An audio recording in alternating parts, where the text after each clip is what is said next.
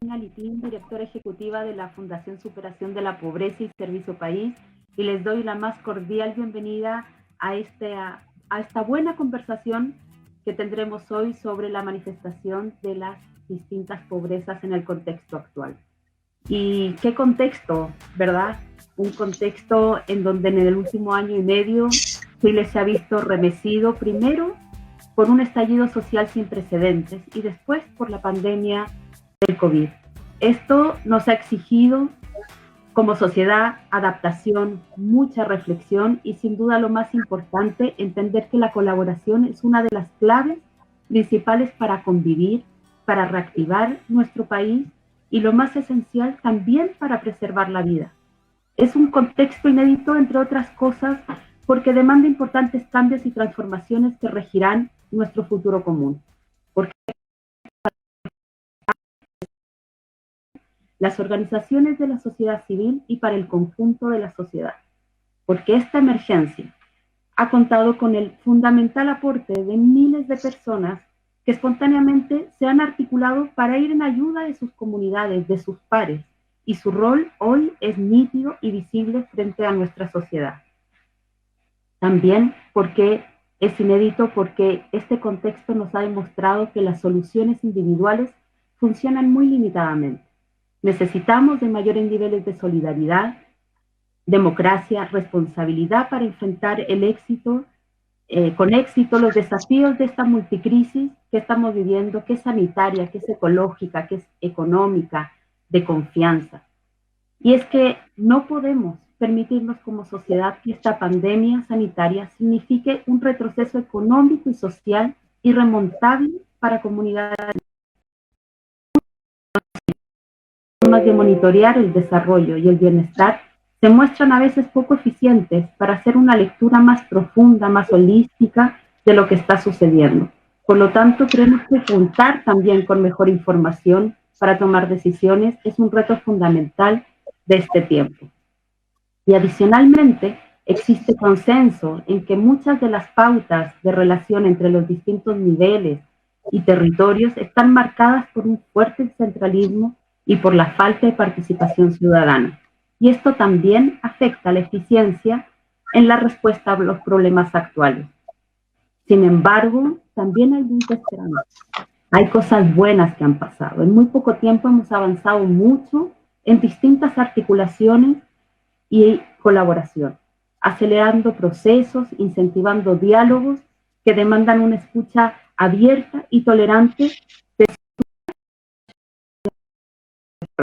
muchas modificaciones que llevar adelante para estar a la altura de los cambios y transformaciones que necesitamos en este gran desafío de recuperar el avance perdido en materia de superación de la pobreza y aprovechar la oportunidad de exigirnos más como país para impulsar un plan de integración, de inclusión, pero un plan de verdad.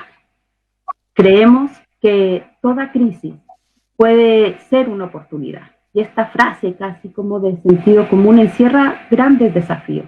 Es una oportunidad para autoexaminarnos a fondo y enmendar el camino, para corregir nuestros errores, para poder fundar también un nuevo pacto. Así lo entendemos y por eso hoy en este seminario está representada una gran alianza con el Estado, los gobiernos locales y las organizaciones comunitarias.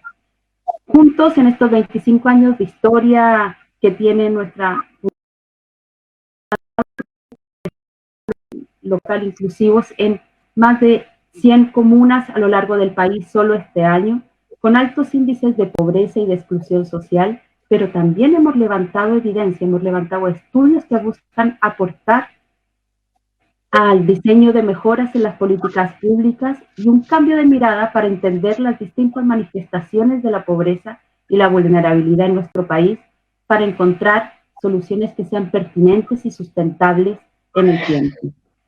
Muchas gracias, Ministerio de Desarrollo Social y Familia, por esta alianza permanente, este apoyo que hemos tenido como fundación. Muy bienvenida, Secretaria de Evaluación Social, Alejandra Candia. Gracias al de la Costa por confiar en nuestro trabajo con Servicio País. Muy bienvenido, alcalde Bernardo Candia. Y todo nuestro agradecimiento a Julieta Cortés, que como lideresa nos Y ahora sí dejo con ustedes a nuestra presidenta, Andrea Repeto, que tiene a su cargo esta necesaria conversación para el Chile de hoy. Muchas gracias.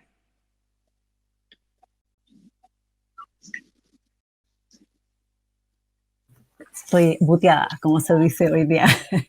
Muchas gracias a ti, Catalina, por esta oportunidad de ser quien esté participando aquí desde la Fundación en la conversación tan interesante que vamos a tener hoy día.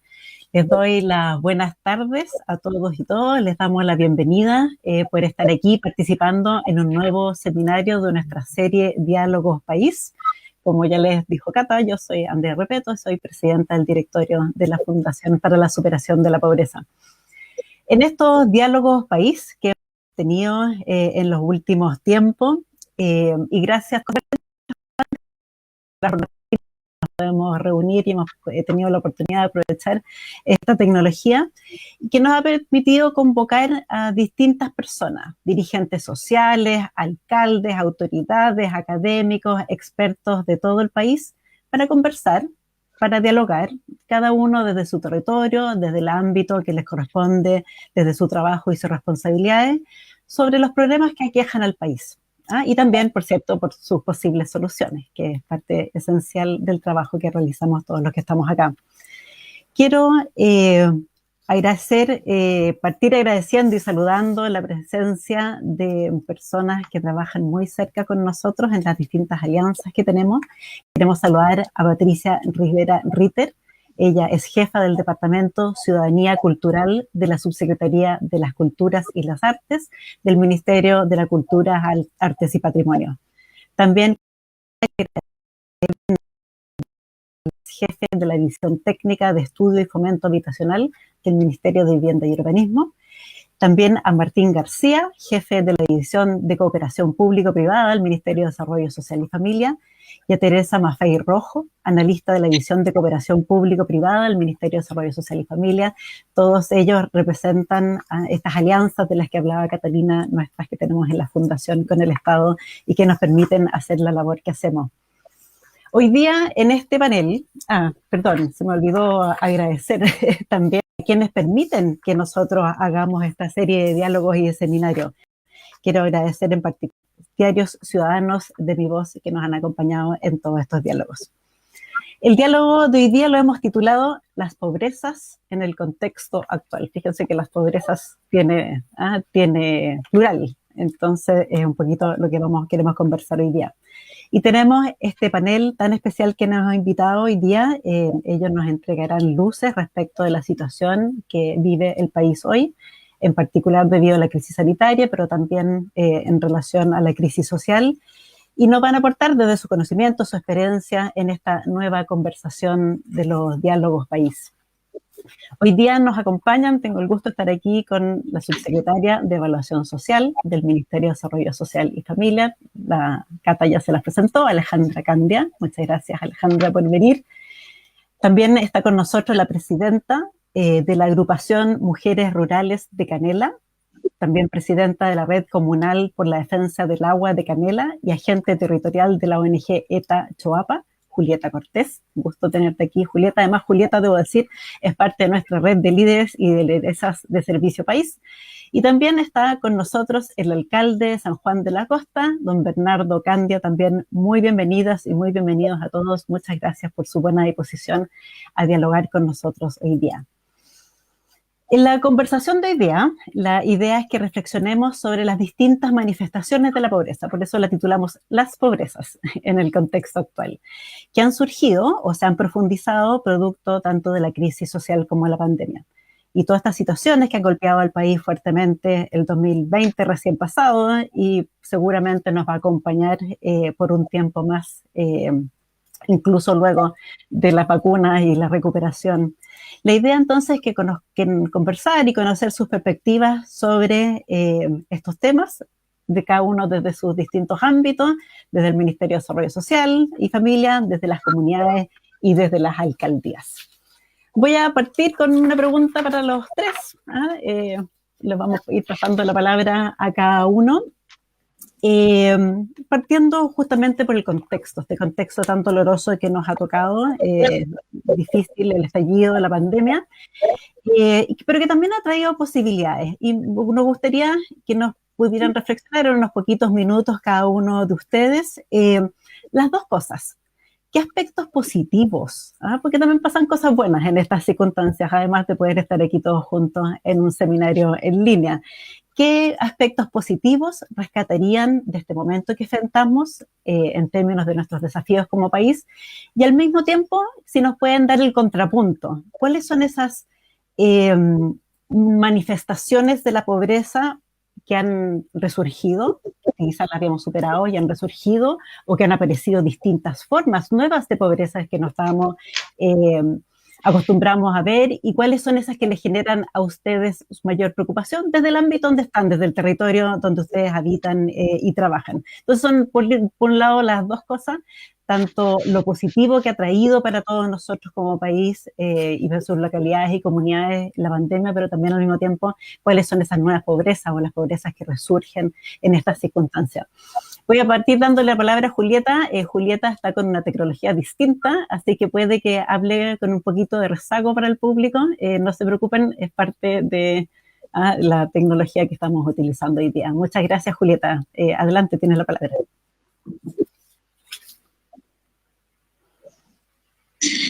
Muy buenas tardes, Andrea, subsecretaria, alcalde, don Bernardo, un gusto estar con ustedes en este panel. Agradecer a la Fundación Superación para la Pobreza la invitación a este nuevo diálogo país.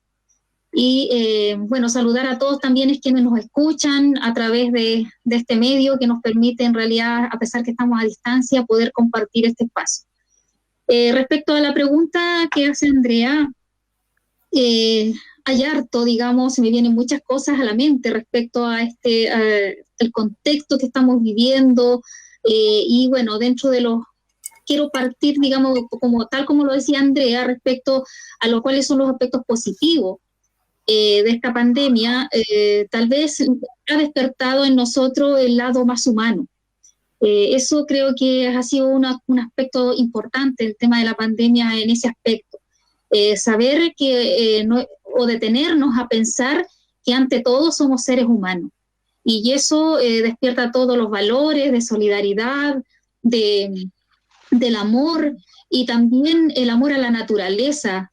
Yo creo que también una cosa súper fundamental e importante que nos hemos dado cuenta es haberle dado un respiro a la naturaleza, al ecosistema, al medio ambiente. Y eso lo hemos palpado todos, en todo ámbito, sobre todo en las grandes ciudades, donde hemos visto que el hecho de nosotros habernos encerrado en cuarentena le ha permitido a la naturaleza recuperarse, tanto la flora como la fauna, el medio ambiente en sí. Y bueno, y respecto a los aspectos negativos, el seminario se llama las pobrezas en el contexto actual.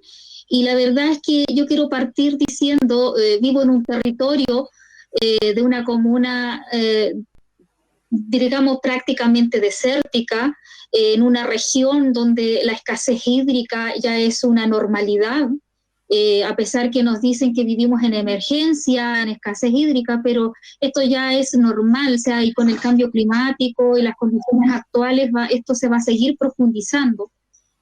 Por lo tanto, y no viene de ahora, sino que viene ya de hace hartos años atrás.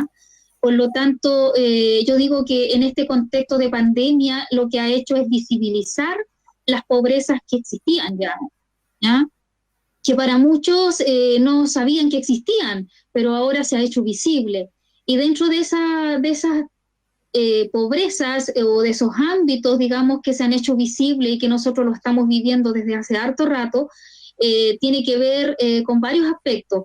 Primero, con la producción de alimentos o el acceso a la alimentación, y lo vimos al mes, 2 meses de la pandemia, donde empezaron a aflorar las ollas comunes, el trabajo colaborativo de organizaciones para ir en apoyo, digamos, de nuestros vecinos, etcétera. Y eso quedó al descubierto con la pandemia, o sea, cuántas familias están en situación de vulnerabilidad respecto al tema de la alimentación.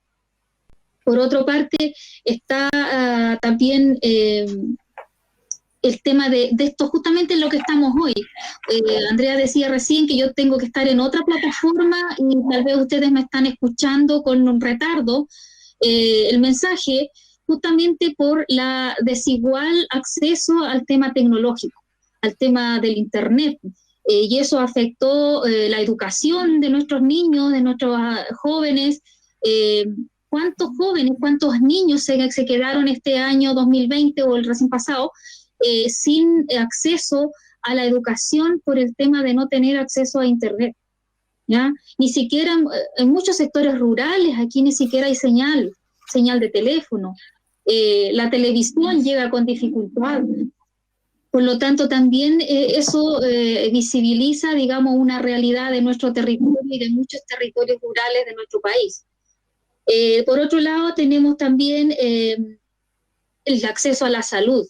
Si bien es cierto, la pandemia se enfocó en todo lo que era el COVID-19, pero dejó de lado todas las otras patologías o enfermedades. Nuestros enfermos crónicos se quedaron sin acceso a la salud simplemente. ¿Ya? Si bien es cierto, se les entregaban sus medicamentos, pero no hay control. Recién están, al menos acá a nivel local, recién retomando los controles regulares, digamos, que necesitan nuestros pacientes crónicos. También tenía que ver con el acceso al agua. Hay muchas familias, hoy en día, si vamos a las estadísticas, sabemos que el sector rural duplica el porcentaje de personas en situación de pobreza respecto a lo que son las zonas urbanas. En nuestra comuna llegamos al 43,5% de pobreza a nivel rural. Eso significa que duplica, digamos, el porcentaje de la región, que llega a un 22%. Y bueno, y también está por sobre, creo, el porcentaje a nivel país, que está alrededor del 18%. ¿Ya? Según eso, las estadísticas que nos muestran, digamos, el censo o la encuesta CACEN del 2017. ¿Ya? Y eso nos ha llevado, digamos, a que también visibilicemos, sea también una oportunidad, en este caso la pandemia, para visibilizar esta pobreza que vivimos en los territorios. ¿Ya? Por ejemplo, tenemos la pérdida de trabajos de muchas familias, de muchos jefes de hogares, de mujeres, y que finalmente en las políticas de Estado no se ven y no se han visto y no se verán reflejadas. Y lo digo en forma desde la vivencia personal, donde los trabajadores independientes que trabajaban en el día a día para llevar sustento a su casa, dentro de todos los programas que se han desarrollado para enfrentar esta pandemia, no caben ni porque para un programa son muy altos el ingreso y para otros somos muy bajos. Entonces no están ahí visibilizados y no han tenido ningún tipo de apoyo. ¿Para qué decir el tema de la vivienda? En las grandes ciudades o en las zonas urbanas se ha visibilizado el tema del hacinamiento en que vivimos los chilenos, ¿ya? ¿Para qué decir en el tema de los campamentos, ¿ya? Donde por lo general viven las familias todas hacinadas, y en esto en pandemia han tenido que vivir y saber poder convivir en esos espacios reducidos, sin agua, sin servicios básicos. También desde la perspectiva de las mujeres, se ha incrementado la pobreza de las mujeres principalmente, con el tema de que somos las mujeres las que al final tenemos que dejar de trabajar cuando tenemos que cuidar a otros, cuidar los niños. Cuando se cerraron los colegios, se cerraron los jardines, son las mujeres los que principalmente tenemos que asumir ese rol. Y además, todo lo que ha significado la precarización de ese trabajo, del trabajo de las mujeres, que muchas veces tienen que salir, no sé, a vender productos en la calle, muchas veces corriendo el riesgo de que les saquen parte, que las multen, que no las dejan trabajar tranquila. pero también han tenido que recurrir a vender cosas en forma online, asumir ciertos riesgos, digamos, que muchas veces las mujeres para poder tener el sustento para sus familias. Y así podría seguir enumerando, digamos, una serie de problemáticas que van a visibilizar la pandemia y que tienen que ver con las pobrezas que vive nuestro país y que están ahí y que necesitamos de alguna manera hacerle frente y poder buscar las oportunidades de poder enfrentarlas, digamos, de la mejor manera posible, tomando en cuenta que somos seres humanos y que no somos un número. Esa es otra cosa que muchas veces todas las personas que han sido contagiadas con el virus no son solo un número, somos personas, detrás de eso hay familias, hay niños, hay adultos mayores y hay toda una situación, digamos, detrás de cada persona que se contagia. Así que eso por el momento, no sé, Andrea, si respondo a tu pregunta. Con creces, Julieta, muchas gracias. A todo esto se te escucha perfecto, ¿eh? Yo no percibo ningún rezago. El lado humano, está el lado humano, está el cuidado de la naturaleza en lo positivo. Por el otro lado, aparecen aquí cosas que estaban ahí, que se visibilizaron, las diferencias de género, el acceso a ciertos recursos fundamentales como el agua, la vivienda. Después han aparecido cosas que habíamos superado, ¿eh? Los problemas alimenticios y las nuevas pobrezas, la conexión. Bernardo, ¿cómo lo ves tú desde la alcaldía, desde San Juan de la Costa, estas cosas positivas que han sacado de nosotros en tu experiencia y en la comuna, la crisis, la pandemia, y al mismo tiempo cuáles son esas nuevas pobrezas que te preocupan?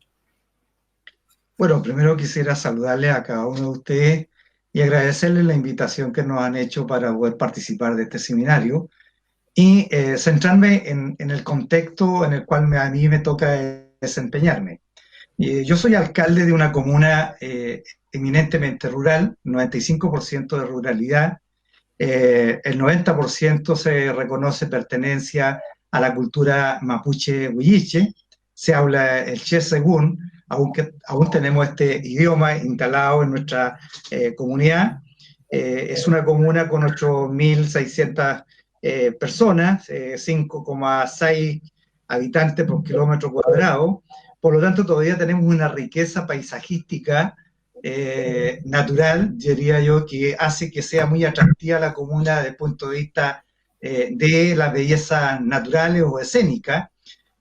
Pero tenemos obviamente indicadores que dan cuenta de una pobreza bastante compleja de enfrentar, que tiene que ver con un 15% de pobreza, de acuerdo a la CACEN, más o menos del 2017, por ingreso, un 53% de pobreza multidimensional, y acá, digamos, una sana crítica a los instrumentos de medición.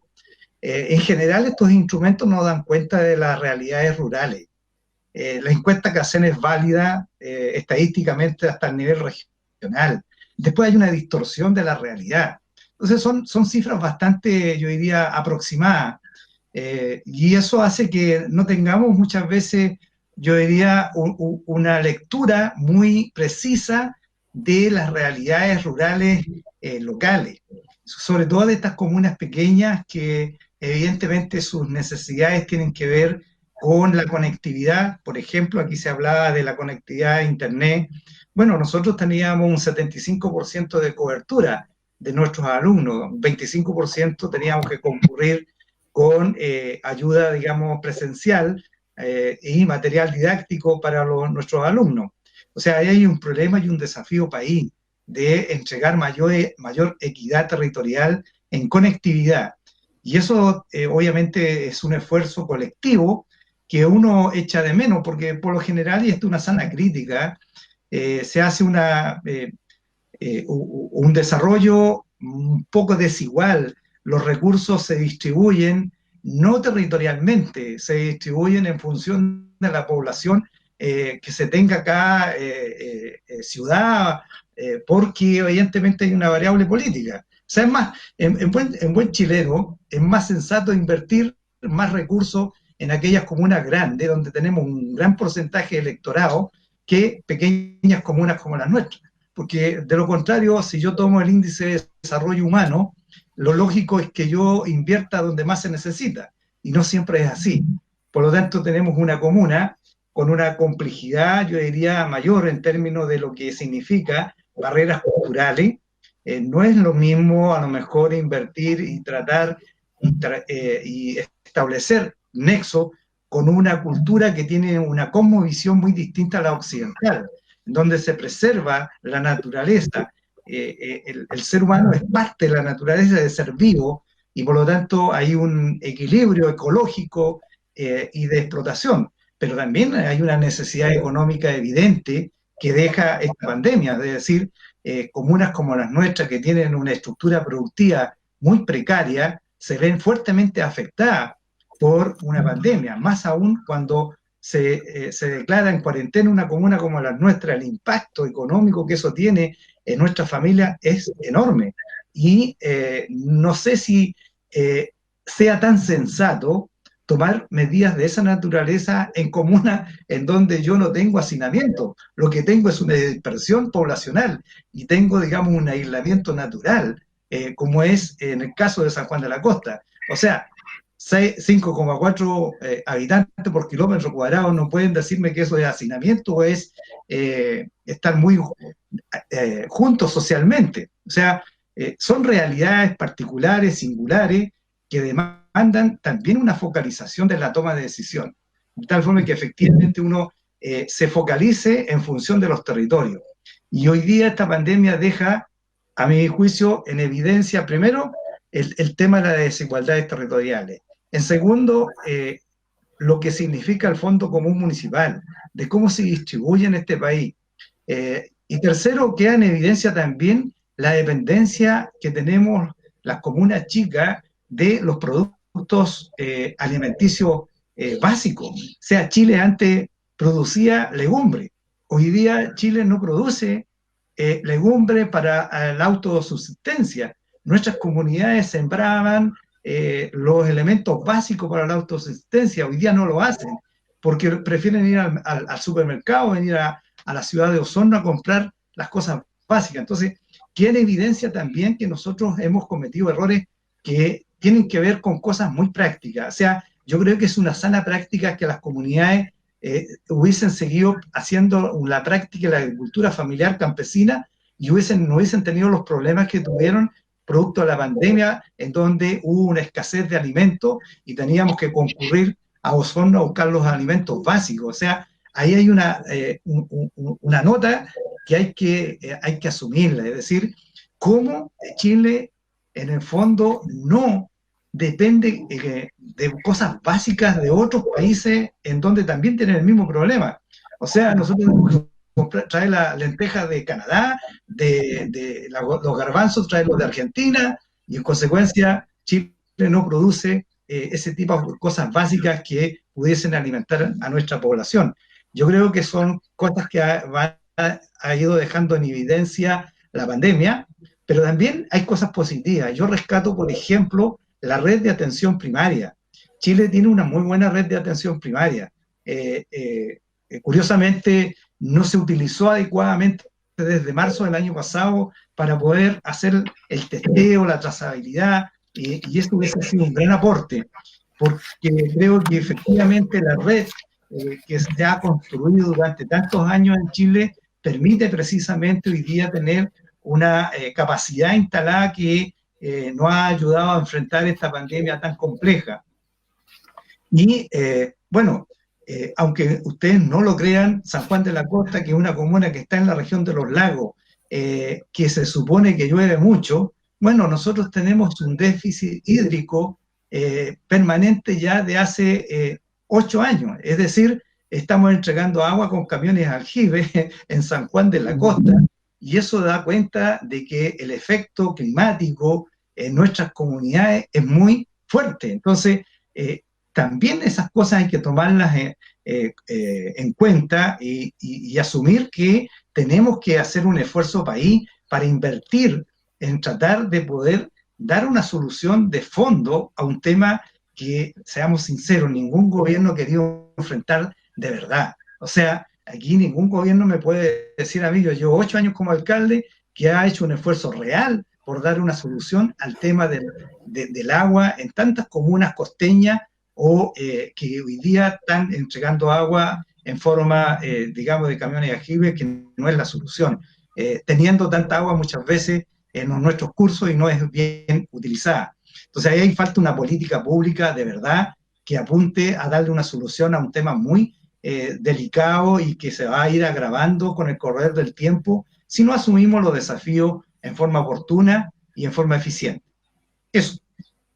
Muchísimas gracias, Bernardo. Súper interesante esto. No solemos hablar bien de la atención primaria. Interesante haberla traído a colación también hoy día. Vamos a hablar también de nuestras diferencias territoriales a continuación, pero también es importante sugerir lo que significa la globalización. La globalización también tiene sus riesgos, y son algunas de las cosas que hemos aprendido hoy día cuando las pandemias son por definición globales. Ale, ¿cómo ves tú esto desde el Estado? Bueno, desde el Ministerio, parte de lo que se ha discutido acá es más del Estado, la parte sanitaria, la salud, las cuarentenas, la conexión, si los chicos pueden ir a la escuela o no pueden ir a la escuela, en alguna manera superan al Estado, pero también si nos puedes contar cómo ves lo positivo, lo negativo, y quizás también pasa por ahí, por un trabajo conjunto de las distintas reparticiones del Estado cuando la crisis afecta a todos los ámbitos al mismo tiempo. Gracias, Andrea. Bueno, antes de partir de nuevo, es importante que todos nos saludemos, ¿cierto? Saludarte a ti, agradecer, bueno, a Catalina también la invitación y el espacio, y al alcalde, que no somos familiares, pero compartimos apellido. Quizás somos familiares y no sabemos, alcalde. ¿De dónde es usted, por su secretaria? De Santiago. Porque los catas son pocos. No, pero dicen que mi abuelo era como de Chillán. Dicen. Bueno, mi familia es de Parral. Seguro que por ahí algo hay. Quizás somos parientes lejanos. Y Julieta, también agradecer tus palabras, súper interesante tu exposición, y agradecer también que estemos compartiendo este espacio donde justamente uno de los puntos que quiero tocar como aspecto positivo, bueno, quizás voy a ir cruzando de positivos negativos para que sea como más dinámico, justamente recalcar este espacio como un ejemplo de uno de los aspectos más importantes y positivos de esta pandemia. Yo creo que esta pandemia, obviamente nosotros también veníamos saliendo como país de la crisis social de octubre, no sé si saliendo, pero habíamos tenido una crisis importante en octubre del 2019, que no podemos desconocer. Obviamente nos pilla en una situación bastante más compleja que la que pilló del resto del mundo esta pandemia, en marzo de este año, que comienza, a pesar de que los primeros casos se vieron en enero, pero en marzo con mucha fuerza. Y nosotros desde el gobierno, yo creo que esto también es importante decirlo, desde el primer día, por mandato del presidente y él dando el ejemplo, hemos relevado la importancia de la colaboratividad. O sea, no sé si ustedes se acuerdan, pareciera que fue en otra vía, pero el presidente hizo el llamado al Acuerdo Nacional por la Infancia, al Acuerdo Nacional por la Araucanía, ¿cierto? Con integrantes y a varios más, pero esos son los más emblemáticos, al menos los que estaban súper relacionados con nosotros como ministerio. Y ahí, en una lógica de poder tener, obviamente, en una conversación, en una misma mesa, a distintos actores de distintas contrapartes relacionados con las temáticas, ¿cierto? Entonces, yo creo que desde el punto de vista positivo es que esta crisis ¿por qué se hacen estos acuerdos y todo? Se hacen a propósito, ¿cierto?, de entender desde el primer día de que el Estado no puede pretender tener el monopolio para poder solucionar los desafíos que tenemos hoy día en la sociedad, ¿cierto?, los desafíos sociales, y que obviamente tiene que estar muy pendiente y presente de que hay distintos actores que cumplen roles que incluso lo hacen mucho mejor que el Estado, y que uno siempre tiene que estar abriendo esa puerta. La Fundación es un ejemplo en eso, lo hemos conversado varias veces con la Andrea, y obviamente la relación que tenemos desde el Ministerio con ella apunta justamente a relevar ese espacio colaborativo con tanta importancia. Y por eso yo creo que la pandemia, desde el punto de vista positivo, es que puso en evidencia la importancia de la colaboratividad. Ya también lo remarcan también los objetivos de desarrollo sostenible. Yo creo que hoy más que nunca los desafíos son enormes, tanto desde el punto de vista sanitario como desde el punto de vista socioeconómico. Desde el punto de vista sanitario, hoy día con la llegada de más de 2 millones de vacunas, o sea, todos sabemos de que esas vacunas, si bien obviamente las gestiones se realizan desde el Estado, tenemos que buscar espacios colaborativos para poder abordar el desafío de la vacunación de manera segura, etcétera. Y bueno, y hay millones de ejemplos que se hicieron tremendamente relevantes en esta pandemia para poder entender ya y grabarnos como con sangre, ¿cierto?, en la piel, que sin colaboratividad los desafíos no se pueden abordar. Y con la Andrea hemos estado en un montón de mesas durante esta pandemia y también antes de buscar soluciones, ¿cierto? Quizás en el ámbito que nos toca a nosotras, pero también sentados con personas de la sociedad civil, con otros académicos, con parlamentarios, con alcaldes, y uno se da cuenta que todo es mucho mejor cuando uno aborda los desafíos de manera colaborativa. Y ahí yo creo que hay un punto, una lección positiva que rescatar cuando esto termine, ¿cierto? Que eso no se puede olvidar nunca, porque hoy día obviamente los desafíos son enormes, y sin colaboratividad no vamos a sortear los obstáculos, pero cuando los desafíos quizá ojalá pronto empiecen a ser más pequeños, no olvidarnos de que colaborativamente vamos a llegar más lejos que cuando tratamos de hacer las cosas en estanco y solo, y eso aplica para esta misma mesa y conversación donde vemos varios actores de la sociedad representados, pero también a nivel Estado. Con la Andrea lo hemos conversado varias veces, o sea, en el fondo, el Ministerio de Desarrollo Social, que le toca el rol de coordinación de la política social, tiene que procurar de que los ministerios sociales hablen entre sí, que los ministerios sociales hablen con los municipios, de que haya ese espacio como de sinergia que va a hacer que la misión de hacer de Chile un mejor país, sin duda se aborde de mejor manera, ¿ya? Entonces ese es como para mí un paraguas fundamental, y este seminario es un ejemplo clave para dar cuenta una vez más de lo relevante que es ese aspecto y lo relevante que se hizo en pandemia, y una lección súper positiva. Voy a ir cruzando a uno negativo, ahora hice un punteíto rápido, tuve la suerte de ser la última, así que fui para no repetirme. Yo creo que una cosa negativa que se relevó en esta pandemia son que teníamos desafíos sociales que no aparecieron en pandemia, pero que se hicieron tremendamente complejos a propósito de la pandemia. Y yo acá tengo una banderita, que la Andrea también la tiene, yo sé, que es la banderita de la informalidad. Hay varios más, está el hacinamiento, hay temas que no son nuevos, ¿cierto? El desafío del agua potable, hay varios desafíos, no sé si ustedes se acuerdan de lo que estuvimos abordando acá como Compromiso País, donde vimos vulnerabilidades ocultas, el desafío del término de la educación submedia, donde hoy día hay 5 millones de chilenos que no han terminado ni siquiera la educación media, pero si tú me haces elegir uno, yo creo que el tema de la informalidad es un tema, es un dolor, es una herida que lleva el país desde hace mucho tiempo, y que tenemos que buscar, ante todo, cómo abordarlo. ¿Por qué? Porque la informalidad no es solamente un desafío previsional, porque lo suelen ver, ¿cierto? La cotización del trabajador o tener un contrato se suele relacionar a la cotización de la AFP, ¿cierto? Entonces uno ve la cotización de la AFP y dice, bueno, esto es para la vejez, y uno piensa en las pensiones, y se va como en todo ese discurso que es tremendamente relevante. Pero ¿de qué nos dimos cuenta en esta pandemia con mucha más evidencia? De que no tener cotización, o sea, algo que era evidente antes, también implica no tener seguro de cesantía, no tener licencia médica, no tener, por ende, ley de protección al empleo, no tener pre ni postnatal de emergencia, y hay un montón de bondades de la cotización que no se hacen tan evidentes cuando no estamos en una situación como la que estamos afrontando hoy día. Entonces yo creo que ahí es un desafío que nos ha perseguido por mucho tiempo. Si ustedes miran las cifras, la misma encuesta CACEN, que por ahí se vapuleaba, y después vamos a hablar de eso en algún minuto, nos muestra que la informalidad en los quintiles más bajos es mucho más relevante. Yo por acá tengo unos números que los ando trayendo conmigo en cada vez que hablo de cosas de pandemia, porque son súper importantes. Si ustedes se fijan, la falta de seguridad, la carencia en seguridad social, que lo tengo por acá, la carencia de seguridad social, solo un 30% en promedio y constante desde el 2006 hasta el 2017 de los hogares del primer quintil que trabajan cotizan. O sea, imagínense el nivel y solamente participa en el mercado laboral un 30%, y cifra que llega al cerca del 80% en el decil más rico.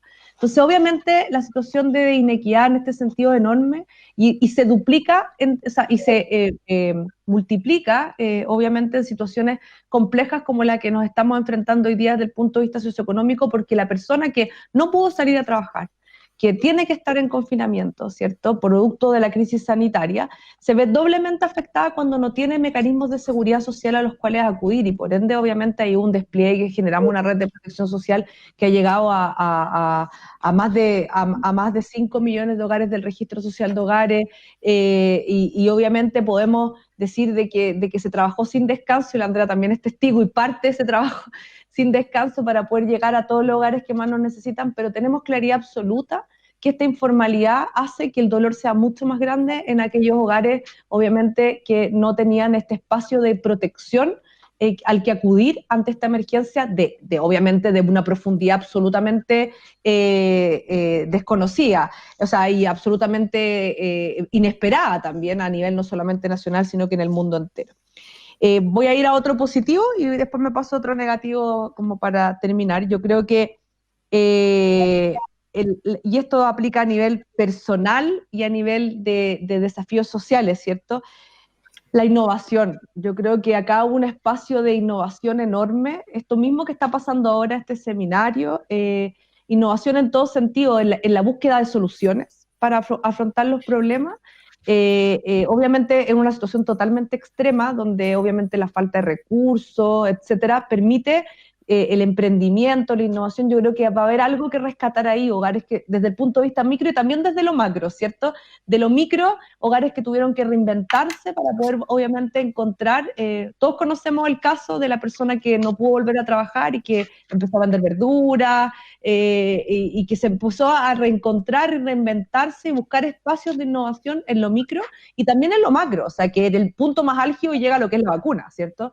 Yo creo que la pandemia nos obligó a todos, en lo personal y en lo profesional, a reinventarnos, a ser flexibles. Y yo creo que eso, para lo que son los desafíos sociales, es una capacidad, es un cuero chancho en buen chileno, que nos va a hacer más fuertes después de esto, a todos, a nivel micro de hogares y a nivel también macro, ¿cierto?, de lo que implica el desafío de innovar a nivel nacional y a nivel internacional. Yo creo que eso y de innovar, que implica tener una habilidad que no todo el mundo tiene. Entonces yo creo que muchos la tuvimos y la tuvieron que desarrollar de manera bastante a golpe y porrazo, como se dice en buen chileno, pero yo creo que es algo que tenemos que rescatar como positivo y tenemos que buscar el espacio desde el Estado y desde el mundo que ustedes representan para poder potenciar esa habilidad que aparece producto de esta crisis. Eso por un lado. Y lo otro, bueno, yo creo que también desde el punto de vista negativo, sin duda, estamos en pleno levantamiento de la encuesta CACEN, no puedo dejar de decirlo. Se está acabando, de hecho quedan 4 días, jueves, viernes, sábado y domingo, porque termina el 31 de enero. Vamos bien, afortunadamente, tenemos un porcentaje de logro ya a principios de semana íbamos como en el 93%, eso habla súper bien, de un proceso que también se tuvo que adaptar, innovar y se mueren podría hablar todo el seminario de eso, pero claramente sabemos que se va a dar cuenta en esta encuesta de hogares de un retroceso importante en términos de vulnerabilidades de las cuales nos vamos a tener que hacer cargo todos los que estamos acá. O sea, que ya la hemos venido viendo, hicimos entre medio como ministerio la encuesta social COVID, que dio cuenta de un montón de realidades, números al voleo. 50% de los hogares declaró que no le alcanzaban los ingresos en pandemia, 2/3, ese número llega a 2/3 para los hogares del primer y segundo quintil, los hogares más afectados con jefatura femenina. Entonces van a aparecer situaciones, estamos armando una red de protección social con estos datos preliminares, pero ustedes saben, porque les toca, la fundación, los alcaldes, ¿cierto?, la misma ONG que representa Julieta, la encuesta CACEN es una brújula en profundidad de la situación socioeconómica, y cuando tengamos los resultados vamos a poder ver en profundidad el detalle, los vamos a tener en junio para que sepan, en profundidad, en detalle, lo que fue esta crisis y cómo retrocedimos, y probablemente vamos a ver un retroceso. Entonces vamos a tener que hacernos cargo y vamos a tener que buscar soluciones, incluso después de la vacuna, incluso cuando ya haya inmunidad de rebaño, ojalá que haya pronto. Estamos trabajando para eso como país, al menos como autoridad. Yo estoy tremendamente orgullosa de la gestión en esa materia porque ha sido bastante masiva y queremos que así lo sea lo antes posible, pero las consecuencias socioeconómicas van a ir más allá del momento de la pandemia.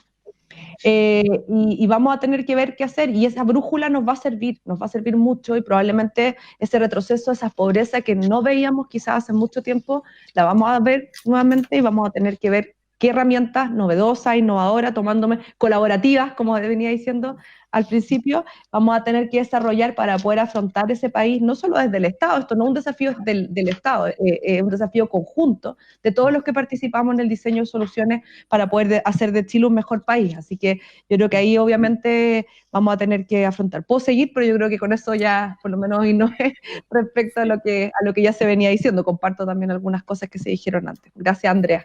Gracias, Ale. Tienes que agregar flexibilidad a tu propia lista. Que vamos a ser innovadores, colaborativos. Yo te digo lo último, para las soluciones. Pero yo también hablé como de la flexibilidad. Por eso te la estoy agregando al final. Estoy rescatando tus propias palabras. Sí. El tema territorial, las diversidades del país ya han salido bastante en su respuesta. Julieta, en particular a ti te queríamos preguntar. Tú vienes de una zona que es rural, en la comuna de Canelo, allá en Coquimbo, con un territorio que es agrícola, con una agricultura bien especial, la agricultura de secano, con toda su historia en el país, que también tiene una relación con el ecosistema que es frágil, como tú misma describiste la problemática del agua. Y quería partir preguntándote a ti, ahora sí como que pasemos una cosa un poquito más sobre las diversidades que hay en el país. ¿Cómo ves tú, desde el trabajo en las organizaciones, las diferencias de la manera en que se manifiesta la vulnerabilidad, la pobreza en lo rural versus lo urbano? ¿Qué es lo crítico que no hemos abordado en lo rural? ¿Cómo las propias organizaciones, como la que estás tú o la propia Fundación para la Superación de la Pobreza y Servicio País, pueden colaborar para poder atender esas diferencias que desde el centro a veces son difíciles de observar?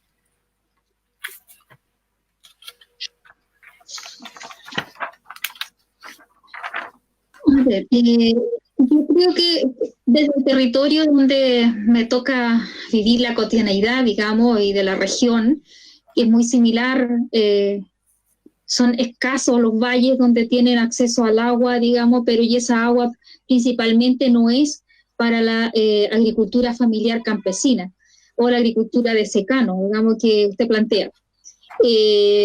Sabemos que, y estamos convencidos, y que así es, que somos los campesinos, los pequeños crianceros, productores, agrícolas.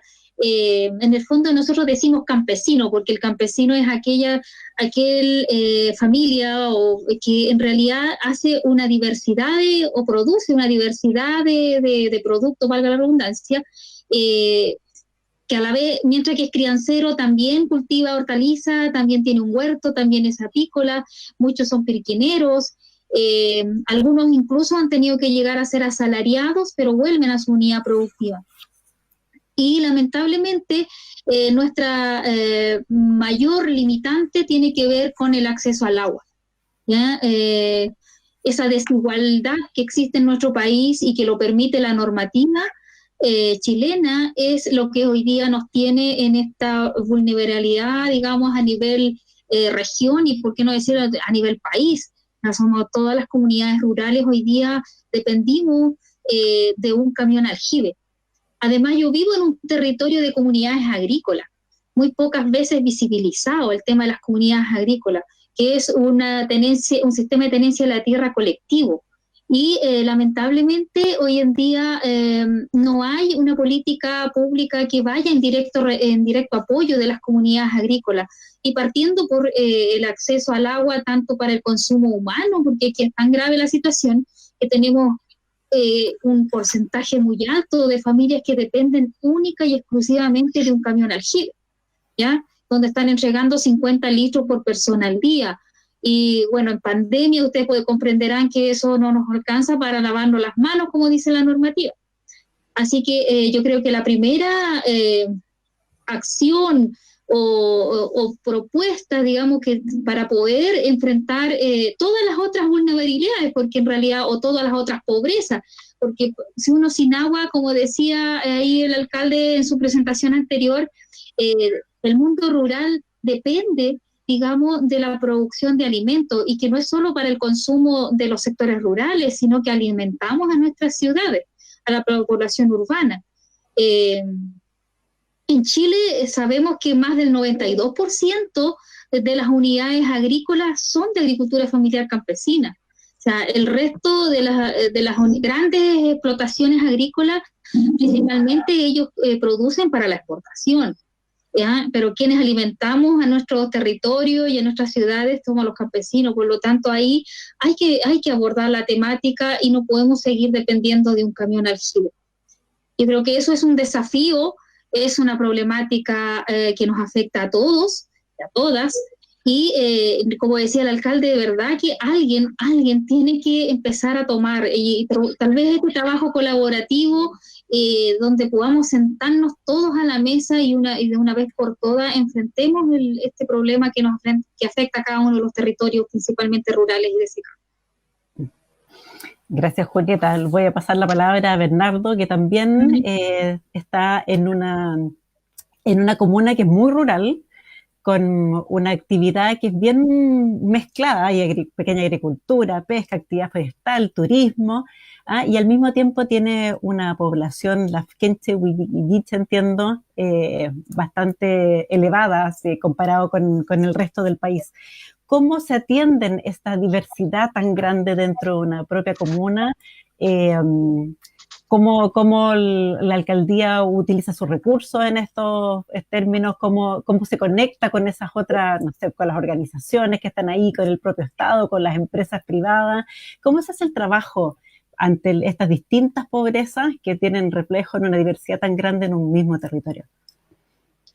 Bueno, en realidad la alianza en esto es fundamental, porque de lo contrario sería difícilmente abordable la complejidad en una comuna que tiene estos factores culturales muy presentes, como es una visión del desarrollo muy distinta a la occidental. Y eso significa entender un concepto que es básico, que es la compasión. La compasión es un valor que uno tiene que, en el fondo, cultivar, que es la capacidad del ser humano de colocarse en el lugar del otro.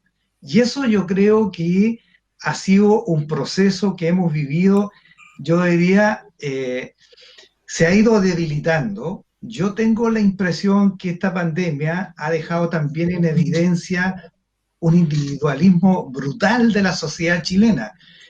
Uno quisiera que la estrategia fuera colaborativa, que fuera de alianza, pero en general lo que uno observa, hay un individualismo instalado en este país que hace que muchas veces estas buenas intenciones choquen con una realidad que hace que es muy complejo enfrentarla. Por lo tanto, uno, ¿qué es lo que trata de desarrollar? Obviamente que trata de desarrollar esta parte colaborativa con las comunidades, que se entienda de que solamente unidos podemos resolver los problemas que tenemos, pensando en el bien común. Y eso es un trabajo cotidiano, porque estas municipalidades pequeñas como las nuestras generalmente tienen un marco presupuestario bastante precario. Mi marco presupuestario son 3.000 millones de pesos. Por lo tanto, yo dependo única y exclusiva de mi capacidad que tenga de obtener recursos para satisfacer las necesidades de aquella diversidad productiva, que además, digamos, seamos sinceros, es una estructura productiva muy precaria. O sea, yo tengo que saber destinar recursos a los pescadores, tengo que saber destinarle recursos también a mis pequeños agricultores campesinos, a la parte forestal y también a los emprendedores del turismo. O sea, ahí hay una demanda que uno puede desarrollar en función de una visión mucho más sistémica. O sea, el desarrollo, a mi juicio, se va a producir en la medida que yo tengo una visión sistémica del conjunto de la problemática que tengo en ese territorio, asumiendo que tengo variables culturales muy complejas. O sea, aquí tenemos, por ejemplo, una barrera cultural de una forma de ver y sentir y experimentar la vida distinta, que es la que tiene el pueblo mapuche huilliche, que es muy distinta a la occidental. El occidental piensa en el lucro. En nuestro pueblo originario no están pensando en el lucro, están pensando en cómo paso el año y tener un cierto desarrollo sustentable. Hoy día le colocamos nosotros una palabra elegante, sustentable, y en el fondo lo que estamos diciendo es que queremos seguir explotando en forma más racional las cosas nada más, pero en el fondo eso es lo que es. Y ahí hay una contradicción entre una visión que tienen los pueblos originarios distinta a la visión que tiene, en este caso, la cultura occidental.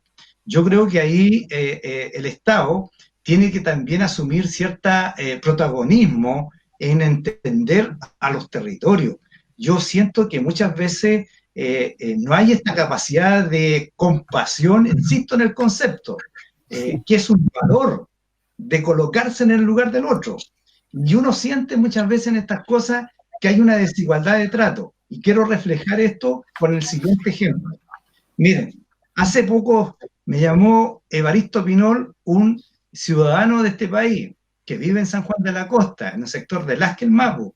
Su señora cayó al hospital y en el hospital se contagió de COVID. Esto fue en época de Navidad. Se supone que en el hospital hay una persona que llama telefónicamente para avisar y comunicarle de que cómo está el estado de su familiar. Pues bien, ayer él me llama y me dice, alcalde, yo no sé nada, mi señora, no sé cómo tener información, y al final de cuentas el hombre llorando me pregunta y que yo le averigüe cómo estaba su señora. Bueno, su señora, Dios gracias, había salido de la UTI y estaba ya en una sala de recuperación. Pero son esas conductas que uno observa que al final de cuentas van construyendo también resentimiento. Y el resentimiento es yo diría, sentimiento y una emoción muy compleja de administrar, porque eso puede muchas veces explicar el estallido social. Ojo con eso. El estallido social no se produce solamente porque hay una desigualdad del punto de vista del ingreso o de oportunidad. También se produce cuando hay desigualdad de trato. Y eso es fundamental en nuestras comunidades. Es decir, cuando las personas observan que el trato no es igualitario, también va generando este resentimiento y esta emoción que puede ser canalizada por otros en función de los objetivos que puedan perseguir. Por lo tanto, yo creo que ahí hay que tener mucho cuidado en este tipo de cosas. Y aquí es donde uno dice, bueno, el Estado debería tener un rol, claro que debe tener un rol protagónico en estas comunidades, en este tipo de territorio. Y también aquí hay un tema adicional que tiene que ver con el centralismo. O sea, si algo quedó en evidencia hoy día, es que toda la toma de decisión se hace en Santiago.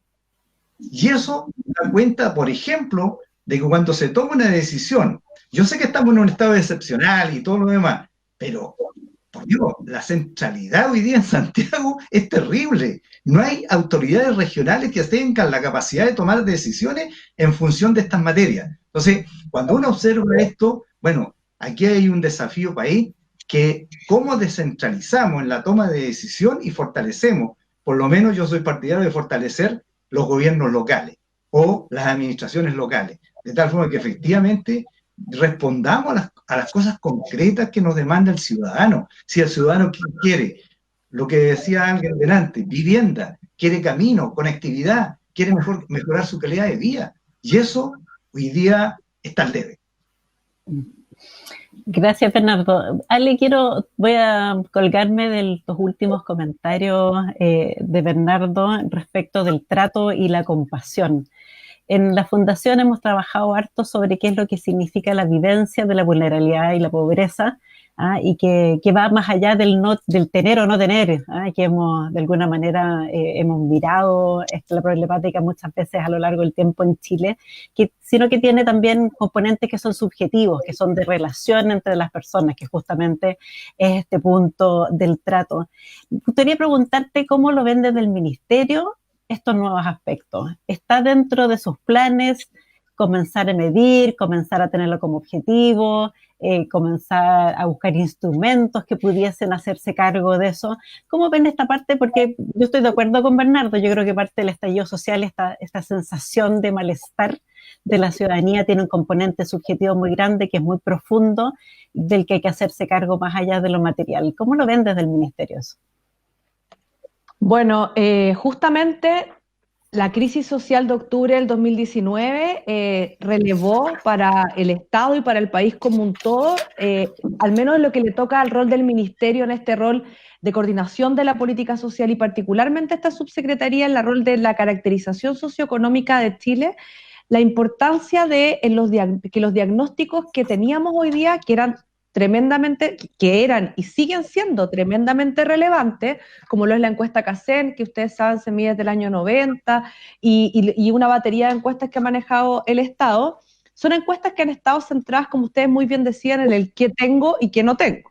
¿Ya? Eso es muy importante seguirlo midiendo porque obviamente nos permite tener resultados. Yo estaba acá hablaba Julieta, me puse a buscar, yo por ahí tengo los resultados de la CACEN 2017 en materia de territorios rurales y obviamente los resultados dan cuenta de lo que ella señalaba desde hace mucho tiempo, que los territorios rurales tienen obviamente mayor pobreza, tienen mayores carencias en materia de habitabilidad y entorno, que tiene que ver con el tema del acceso al agua, etcétera. Los territorios rurales viven un mundo totalmente distinto al de las zonas urbanas y eso está en la data. ¿Ya? El punto es relevarlo, es mostrarlo, es hacerlo visible y tal como decía Andrea, darnos cuenta obviamente de que estos diagnósticos, si bien son tremendamente necesarios y obviamente estamos muy comprometidos con seguir haciéndolo, porque es importante saber cómo también ha evolucionado Chile en lo que tenemos y no tenemos. Hoy día más que nunca cuando estamos probablemente retrocediendo, porque un Chile que está siempre progresando, la gente le empieza a quitar un poquito de importancia a eso, pero cuando uno hace doble clic no solamente se encuentra con que los promedios esconden realidades, sino que también probablemente en el tiempo las cosas van a ir cambiando, pero tal como decía Andrea, nos parece tremendamente relevante también el contar con un diagnóstico del cómo nos sentimos. ¿Ya? Y este ministerio, a partir de octubre, obviamente una de las lecciones más importantes en ese sentido es que es poder tener un diagnóstico desde la evidencia, ¿cierto?, respecto a lo que es el bienestar social. Y desde ese minuto nos pusimos a trabajar en un proyecto que ha tenido obviamente que flexibilizarse y adaptarse a la realidad de la pandemia como todo lo ha sido en este mundo, pero estamos trabajando en él. Y tendremos resultados respecto al bienestar social. Vamos a hacer una encuesta con representatividad nacional y regional para poder entender dimensiones del bienestar social que complementen el diagnóstico cuantitativo de la encuesta CACEN, para que el qué tenemos y no tenemos se complemente con el cómo nos sentimos con lo que no tenemos, el tema del trato, ¿cierto? Y hay varias dimensiones que complementan el resultado que hacen. No es lo uno ni lo otro, eso es súper importante porque no es como que, no puedo nunca más medir lo que tenemos porque no sirve nada. Sirve de mucho, pero tiene que ser complementado. Y esa es una de las grandes lecciones. También, bueno, Andrea formó parte de lo que fue la Comisión de Cohesión Social, que fue llamada por este ministerio a partir de la crisis de octubre.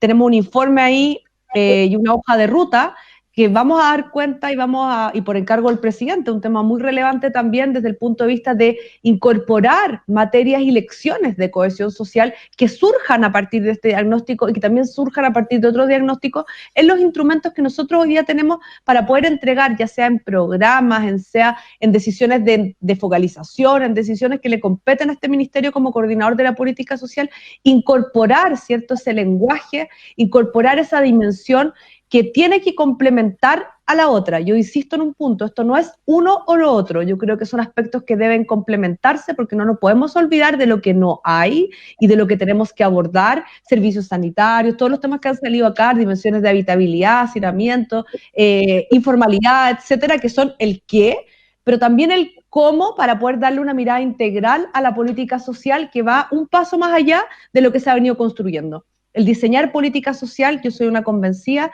es una aposta.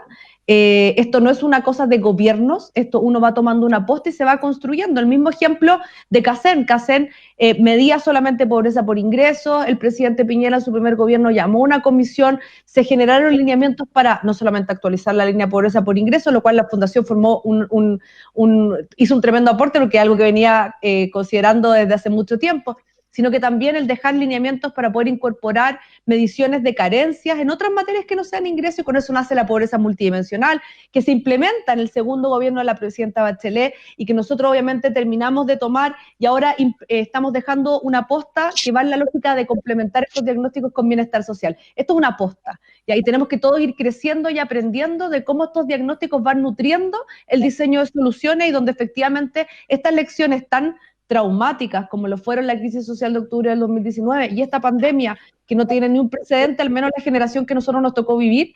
deje huellas que permitan hacer, obviamente, de Chile un mejor país con los instrumentos que vamos a ir desarrollando. Gracias, Ale. Julieta, ¿cómo lo ves tú? ¿Cómo ves tú esta idea de que la pobreza no es solo el hambre, el frío, la falta de agua, que por cierto son importantes, sino que también tiene que ver con las emociones, con el estado de ánimo, con esa capacidad y libertad que tengan las personas para desarrollar sus propios planes de vida? ¿Y qué podemos hacer nosotros desde las organizaciones sociales para tomar también esos ámbitos y no solamente estar preocupados de lo material?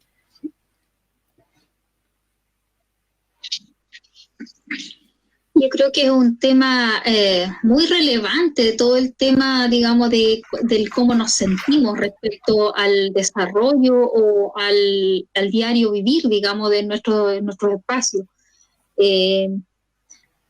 Por ejemplo, cuando pienso en la pandemia y en el tema sanitario, y yo me pregunto, si bien es cierto, en algún minuto después se hicieron o empezaron como a ayudar desde el tema psicológico, pero ¿qué pasó con la salud mental de las familias, de los niños, no sé, de todo en realidad, de todos los habitantes, digamos, de cada uno de los territorios, en su casa?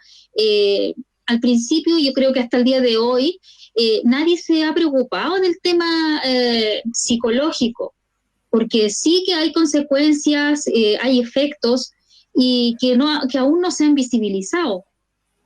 Si bien es cierto, como que lo hemos tomado desde el punto de vista, un ejemplo, la violencia doméstica, que muchas mujeres empezaron a vivir, si bien es cierto, siempre ha existido tal vez la violencia doméstica y que llevamos años tratando de erradicarla, pero no es así, sigue existiendo. Y con esto, digamos, de la pandemia como que se acrecentó y son las mujeres las que más la sufren, sumado a los niños, a los hijos, digamos, que viven en un entorno violento. Y esas cosas, digamos, que tienen que ver con estas desigualdades, ¿ya?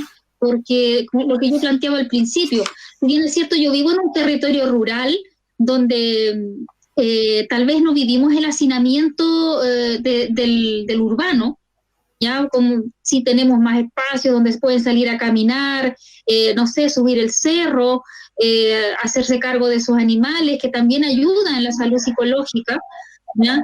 No así en los centros urbanos, donde prácticamente tienen que estar encerrados en las cuatro paredes.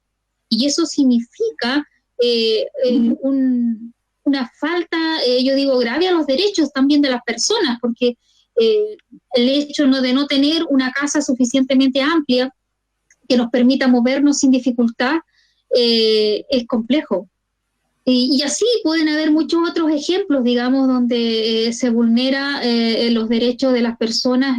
Y por ejemplo, el tema del agua. Si yo estoy todo el día en la casa y no tengo agua para las necesidades básicas, de saneamiento, de uso doméstico, es súper complejo y eso afecta toda la parte psicológica y que genera un estrés a todo nivel, ¿ya? Así que es súper relevante, digamos, que el hecho de que no pueda haber a la familia, etcétera, etcétera. Hay muchos ejemplos que podríamos mencionar cómo va afectando esto de las distintas pobrezas que vivimos en cada uno de los territorios. Gracias, Julieta. Bernardo, ¿cómo se ve desde los municipios? A los municipios a veces se les acusa de asistencialistas, que entregan algunas cosas, como que resuelven algunas cosas por aquí y por allá, pero que en el fondo no alcanzan a ser suficiente como para aliviar, como para superar, quiero decir, en realidad, algunas de esas manifestaciones de la pobreza. ¿Cómo lo ves, Bernardo? ¿Te parece injusto? ¿Te parece injusto? Yo creo que sí, porque en general la visión, por lo menos personal, que yo tengo del desarrollo dice relación más con los valores que con el crecimiento. Yo creo que hay una distinción entre desarrollo y crecimiento, pero la gente muchas veces confunde desarrollo con crecimiento económico. Y es parte del proceso, pero en mi tarea es es generar ciertas condiciones básicas que nos permitan que las personas, el ser humano, pueda desplegar sus capacidades que él tiene internamente. Y nosotros tenemos un enfoque, por lo menos, sistémico, que se basa en 4 agendas que hemos definido para poder potenciar o crear condiciones ambientales para que esas capacidades endógenas del ser humano se puedan explayar. Me explico, nosotros tenemos una agenda de infraestructura y equipamiento comunitario que incluye todo lo que es suministro de energía eléctrica, pero también hemos incorporado el cambio de la matriz de energía fotovoltaica, es decir, hemos incorporado innovación de tal forma de que efectivamente las familias hoy día puedan no depender de un ingreso. Por ejemplo, yo tengo 914 familias que viven de una pensión básica solidaria. Entonces, mi desafío es cómo yo contribuyo a que esa familia no le pague 60.000 pesos cada 2 meses a la empresa eléctrica y que quede casi con el 50% del ingreso. Entonces, ahí surge, por ejemplo, esta idea de cambiar la energía tradicional por energía fotovoltaica que permita hoy día, obviamente, ahorrar en un 30% a un hogar tipo que tenga ambos sistemas complementarios. Pero ahí también están los caminos, la conectividad, la accesibilidad, el equipamiento comunitario. Está también el desafío de crear ciertas condiciones que nos permitan atraer turistas. Nosotros desarrollamos o desplegamos un conjunto de iniciativas vía proyectos para poder, por ejemplo, a través de la construcción de miradores, de senderos, para poder atraer al turista. Potenciamos también nuestra cultura a través de visibilizar simbólicamente lo que es el patrimonio cultural del pueblo mapuche huilliche a través de las autoridades ancestrales. Bueno, yo las voy a invitar, ustedes que son puras mujeres, a que concurran a San Juan de la Costa y vean las esculturas que tenemos del pueblo mapuche huilliche. Y saben que es tan importante el simbolismo porque las autoridades, esas esculturas representan a los loncos, a los quinché, representan a las autoridades ancestrales, administrativas.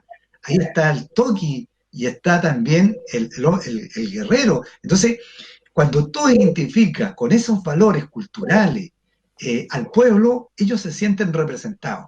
Y eso es un avance del desarrollo. Pero también tenemos una agenda de fomento productivo, en donde nosotros hemos desplegado una serie de iniciativas, destinamos recursos para los emprendedores de nuestra comuna. Y bueno, también tenemos la agenda de protección de salud, educación y vivienda, en donde hemos desarrollado también una estrategia permanente de crear condiciones para que ese tan anhelado desarrollo se produzca, porque sin esas condiciones ambientales el desarrollo es una quimera. O sea, se requiere crear ciertas condiciones que nos permitan efectivamente que esas capacidades que tiene cada ser humano, si esto no necesita mucha educación, lo que se necesita es sentido común, es vivir la vida como yo quiero vivirla y sentirla y experimentarla. Y para eso se necesita básicamente sentido común, pero dicen que el sentido común es lo menos presente en el ser humano. Entonces, de tal manera de que esas condiciones puedan ser un elemento que te permita, obviamente, desarrollar y desplegar esas capacidades. Igual pasa con la cultura, el deporte, la recreación, el medio ambiente, y eso es muy importante desarrollarlo porque esa es, a mi juicio, la tarea fundamental que debe cumplir un municipio. Un municipio no está para entregar una plancha de zinc, no está para entregar una canasta familiar, sino que está para crear condiciones que permitan que esas familias, que esas personas puedan desplegar sus capacidades. Por lo menos esa es mi concepción que yo tengo del desarrollo local. Gracias, Bernardo. Alejandra ha aparecido varias veces en las intervenciones, tanto de Julieta como de Bernardo, la idea de la infraestructura crítica, si hay que resumirlo en alguna palabra, el agua, la conectividad, los caminos, qué sé yo. El Sistema Nacional de Inversiones, entonces, es clave para esa infraestructura crítica para los territorios. Para que se desarrollen, también para que no haya despoblamiento. En la Fundación hemos estudiado harto esto, algunas localidades que se van despoblando porque no tienen posibilidades de desarrollo ahí mismo. Pero uno de los cuestionamientos que se le hace al sistema es justamente ese, que tiende a concentrar la inversión donde hay más personas y en la ruralidad hay menos personas. ¿Cómo ves tú esa problemática? ¿Lo han pensado en el ministerio? ¿Qué otras herramientas existen en el fondo para compensar esas diferencias de acceso a algunas personas que viven en territorios rurales que son menos poblados? Súper interesante, un tema que obviamente aparece en el ministerio incluso antes de la crisis social, o sea, un tema que obviamente tiene desafíos bastante parecidos a los que son en la caracterización socioeconómica, donde nosotros somos de la opinión, ¿cierto?, de que, y conversado con varias instancias y varios expertos, esto no hay dicotomías, no es esto o lo otro, no es que la infraestructura, no es que la decisión de infraestructura tiene que tomar en consideración la rentabilidad social o el generar equidad.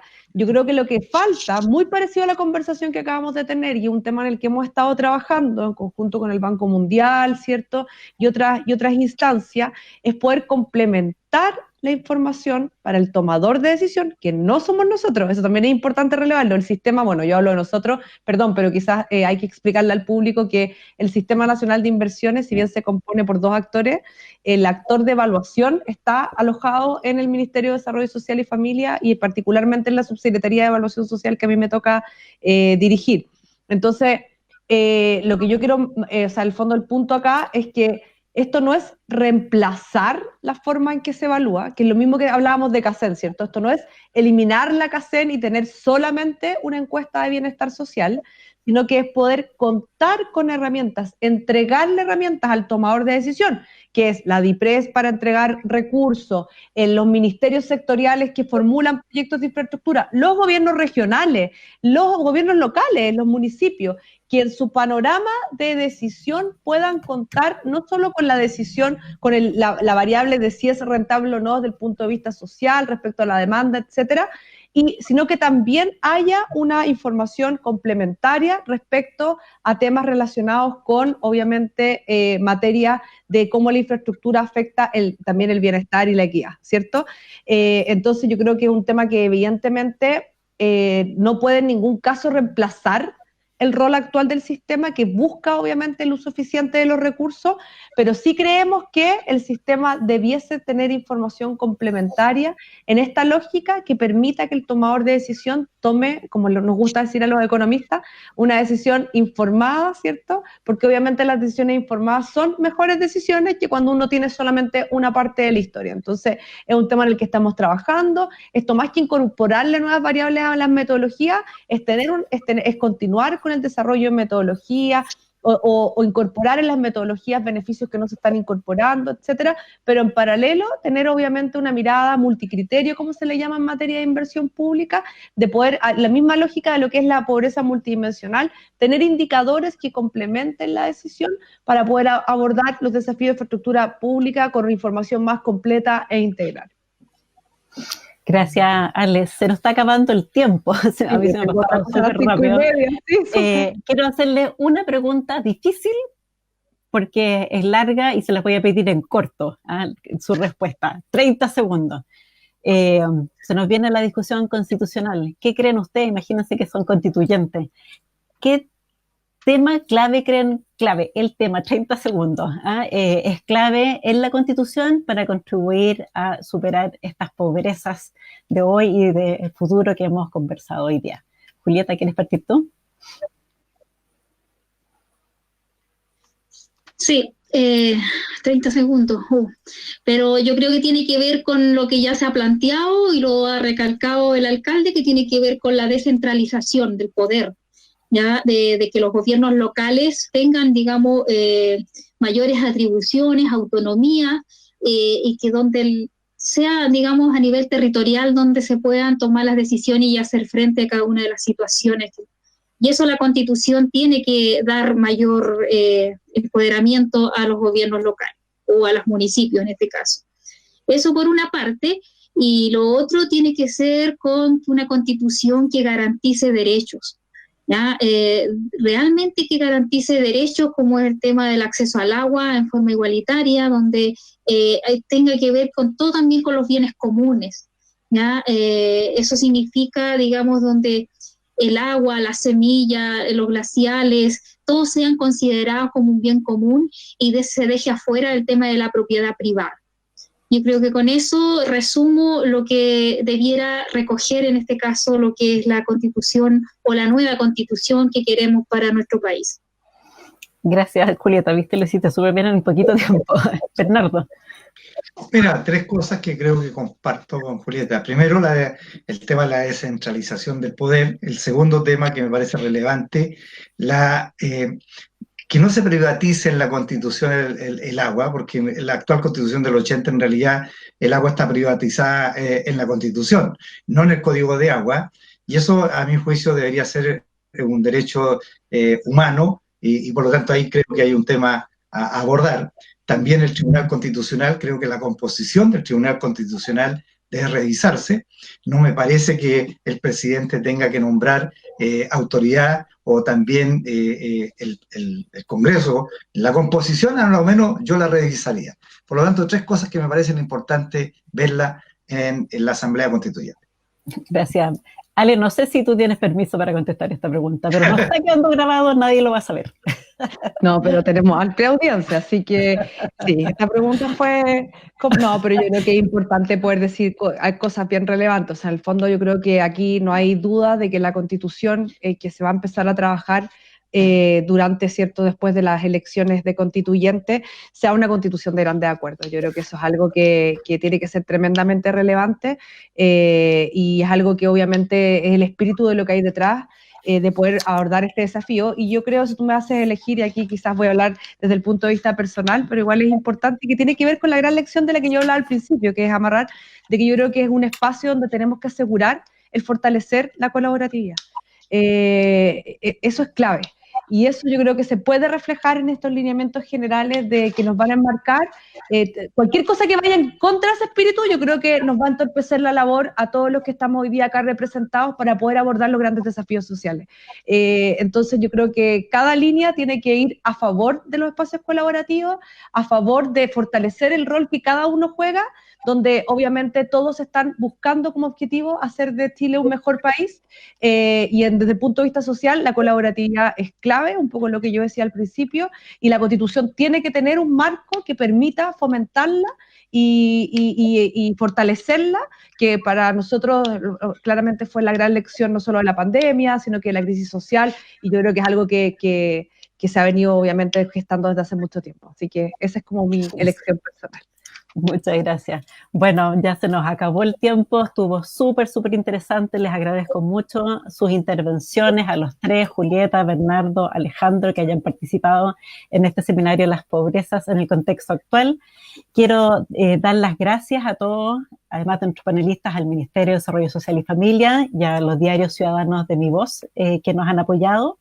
Vienen nuevos seminarios, los que están escuchando pueden informarse en nuestra página web www.superacionpobreza.cl, y aprovecho antes de cerrar de saludar a todos nuestros profesionales Servicio País que están desplegados a lo largo de todo Chile, quienes colocan lo mejor de sí para trabajar por este país más justo que todos queremos, con mayores grados de equidad para todos. Y por cierto también al gran equipo que organiza estos diálogos país, que nos han ayudado a que esto funcione muy bien hoy día.